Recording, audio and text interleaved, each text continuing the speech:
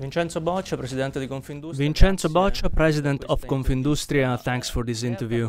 In one of your latest speeches, you spoke about the need for a unified European action against trade protectionism.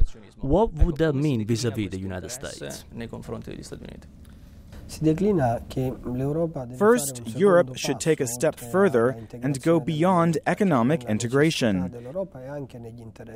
A political integration in Europe, with clear roles for the European Union and the member states, would be a great leap forward. It would be the next step for Europe to realize the idea of a more open society, and that would be beneficial to the U.S. as well. Europe and the U.S. are the two great geographic areas of the world, where democracy and development go hand in hand. Our challenge is to work together to stay competitive. Faced with an effort by President Trump to make the U.S. highly competitive, based mainly on the manufacturing sector, a strong industrial Europe and one that is integrated with the U.S. economy might be the answer to the question of what kind of economy and society we want in the future. We met with Vincenzo Boccia, President of General Confederation of Italian Industry, commonly known as Confindustria, at the Italian Embassy in Washington in November. Founded more than 100 years ago, Confindustria represents more than 150,000 manufacturing and service companies in Italy. Boccia told Voice of America that in a global, interconnected world, the United States and European Union should not start a trade war, as seems to be happening with steel products. Rather, he said they should work together in everyone's interest. The United States is the third biggest market for Italian exports, and it's worth about $40 billion. You have been to the United States already once in 2017 in April. What are your expectations for bilateral trade between Italy and the US? We should push on the other fundamental element of trade, that is, attracting U.S. investments to Italy. The United States is a big market for Italy, but there is a trade imbalance in favor of Italy. The ratio between Italian investments in the USA and American investments in Italy is 3-to-1. Therefore, we should compensate for this component, the U.S. investments in Italy. Italy is a great platform for investment and could become a focal point for the U.S. to expand its trade opportunities further into Europe and the Mediterranean. Thanks to a series of measures approved by Italian governments under Prime Ministers Renzi and Gentiloni, Italy is a country worth investing in. There is a clear potential for development together with the U.S. industry. For example, there are many Italian components in Tesla cars. The idea of a shared supply chain is the key to integrating our economies, based on a common vision of our societies. You are speaking of cooperation between Italy and the United States. President Trump, however, has been weighing the idea of imposing tariffs on made-in-Italy products. Some temporary measures on steel products are already in place. What has been the impact on Italian steel producers? And what would be your request to the U.S. authorities on trade? Here is my main concern. History teaches us that when it comes to imposing tariffs, it's not good for the country imposing them or for the others. Tariffs only create enclosed societies and erase mutual benefits. My fear is that the targeted country responds with its own tariff, and eventually, instead of creating a more competitive economic system, we risk weakening the overall economic growth of both parties. So, what we would like to ask both Europe and the US is to not make the mistake of taking unilateral decisions, expecting that there would be no reaction. In the end, Europe is the richest market in the world. Hence, a tariff policy would help nobody. I understand that the logic of democracy spurring development is not so true anymore, as non-democratic countries have posted higher economic growth rates. But perhaps values like democracy and freedom, which are shared by both Americans and Europeans, should be a part of the economic policy of Europe and the US. That would be in their interest and also would strengthen those values. You have often spoken of an industrial challenge in Italy. US President Trump has indeed put manufacturing at the center of his agenda, with regard especially to steel mills and coal plants in Pennsylvania and Ohio. How do you judge that? Very well. As the economic crisis has shown, industrial countries are the ones that fared better. The whole idea that an economy could make it without a strong manufacturing sector, focusing only on services and finance, belongs to the past already. It's economic history. China wants to become a big industrial country, and the U.S. rightly plans to focus on having a strong industry with its slogan, America First. Europe, too, should aim at having a strong industry. So the point is, should this happen to the detriment of others? Or could industrial systems be integrated? That means sharing decisions, not making unilateral moves. European investments in the U.S. and U.S. investments in Europe are a great asset for these two major areas. I say that as an Italian, given that Italy has the second biggest manufacturing sector in Europe. We are interested in operating in global markets that are more open and have more competitive companies. We should work hard for that.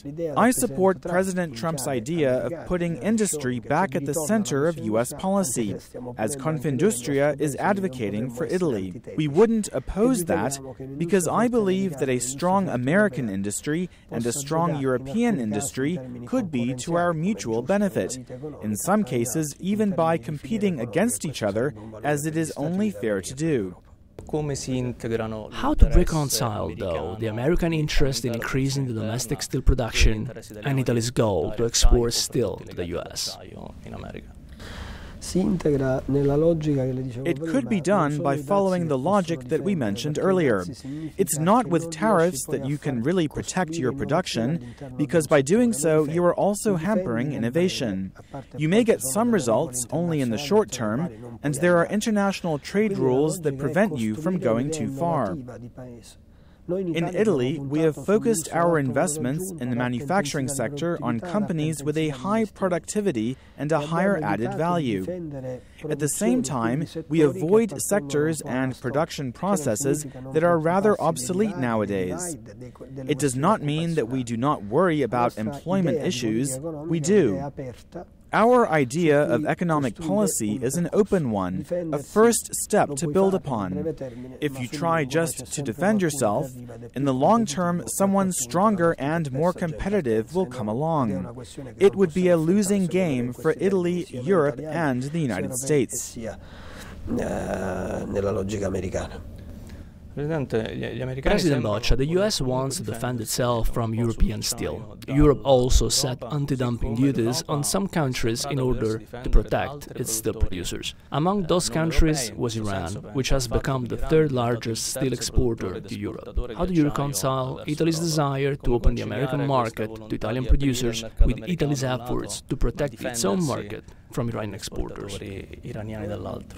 You can look at exports like the flow of water. If you block the flow in one place, water will naturally find another channel, or in this case, another country to flow through. That means we should sit at a table together in a multilateral way to discuss political issues which eventually become economic. Like the future of relations with Iran. It would be appropriate for the U.S. Congress to take a clear position about U.S. sanctions on Iran, which would make everybody, including Europe, understand which direction to take. It would be better not to establish that direction unilaterally, though. What is clear is that if you close one door to exports, you have to expect them to go through another. If you don't let them, there is a problem. What I would like to see is American companies being more competitive, and the U.S. not imposing sanctions or tariffs.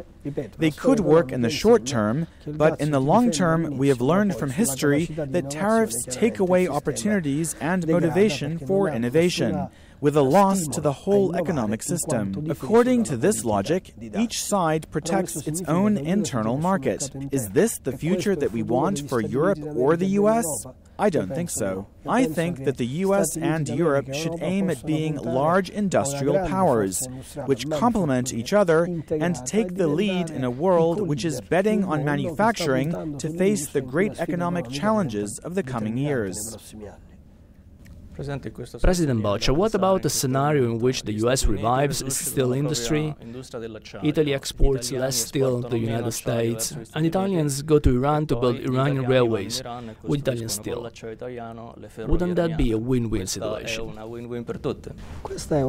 Well, it would be a win-win situation, but we have to return to the starting point. First, Iran faced international sanctions that were meant not only to cause economic harm, but also to pressure it to stop its nuclear program.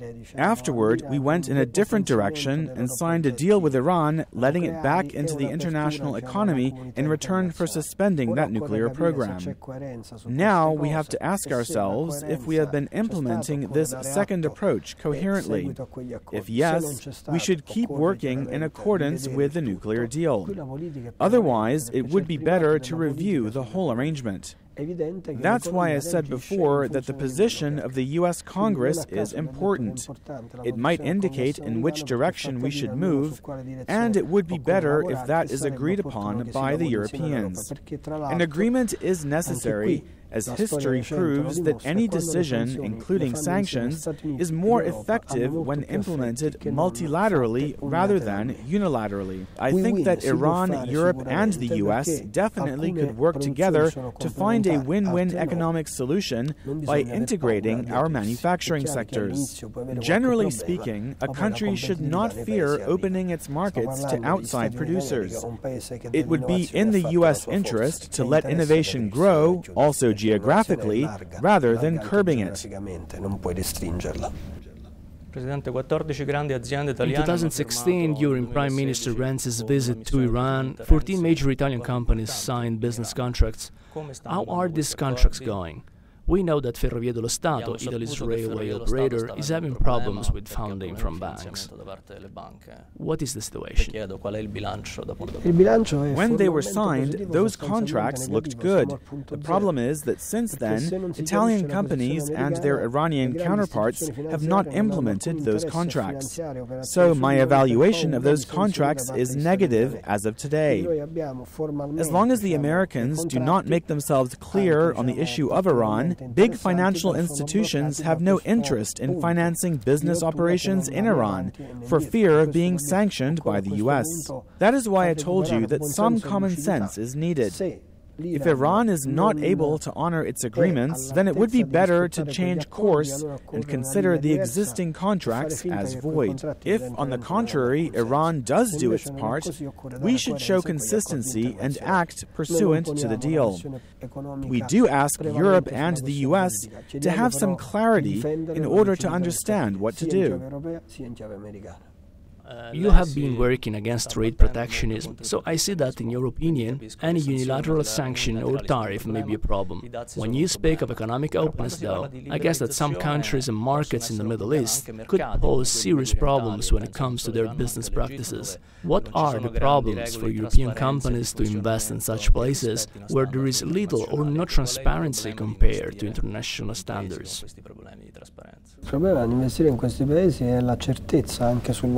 The problem of investing in these countries is how safe and reliable an investment could be in the long term. Certainly, the logic behind working in these countries is supporting the local economy and also reducing economic gaps and social disparities. It could be an interesting opportunity to find a business model in those countries. That takes us back to the principles and values of the US and Europe. When investing in these markets, one has to pay attention to having clear rules and also to developing freedom and democracy.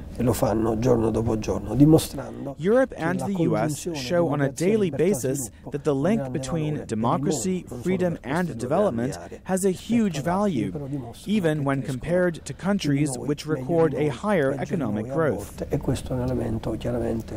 It is on this foundation that the US and Europe clearly should build their alliance. Thank you, President Boccia, for speaking to Voice of America. Thank you.